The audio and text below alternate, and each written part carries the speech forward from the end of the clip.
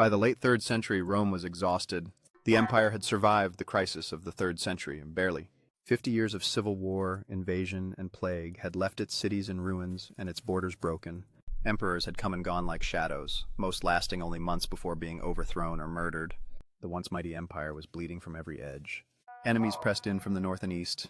Trade faltered, coinage was devalued, and soldiers were paid in goods instead of gold. The legions, once Rome's pride, had become mercenaries, loyal not to the state, but to whoever could pay them. Then came a man of iron will, Diocletian. Rising from humble origins in the army, he seized power in 284 CE and began one of the most radical transformations in Rome's history. Diocletian understood what few before him had dared to admit. The empire was too vast for one man to rule. The frontiers were endless, the enemies relentless, and communication too slow for a single emperor to respond.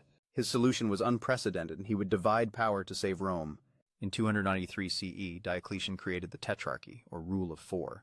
2 senior emperors, the Augusti, and 2 junior emperors, the Caesars, each governed a quarter of the empire.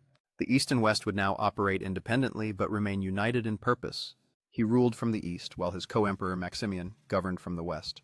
Together, they reformed the army, stabilized the economy, and crushed revolts. For a time, peace returned.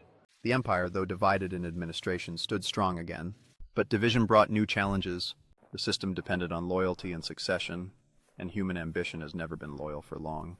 When Diocletian, weary of power, did something no emperor had ever done, he abdicated. The balance began to crumble. He retired to his palace in modern-day Croatia, tending to gardens while others fought over his legacy. His abdication left a vacuum, and that vacuum drew in men like Constantine, the son of one of Diocletian's Caesars. Constantine would soon rise from the chaos, driven by vision, ambition, and faith. He would reunite the empire, but not as it once was. The empire was no longer one. The East and West had developed their own centers of power, their own cultures, and their own destinies. The decision Diocletian made to save Rome would also ensure its transformation. From this moment on, the story of Rome would no longer be a single tale, but two.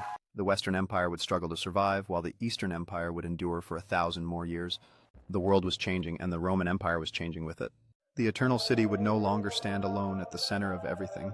A new capital and a new chapter were about to rise from the ashes to Constantinople.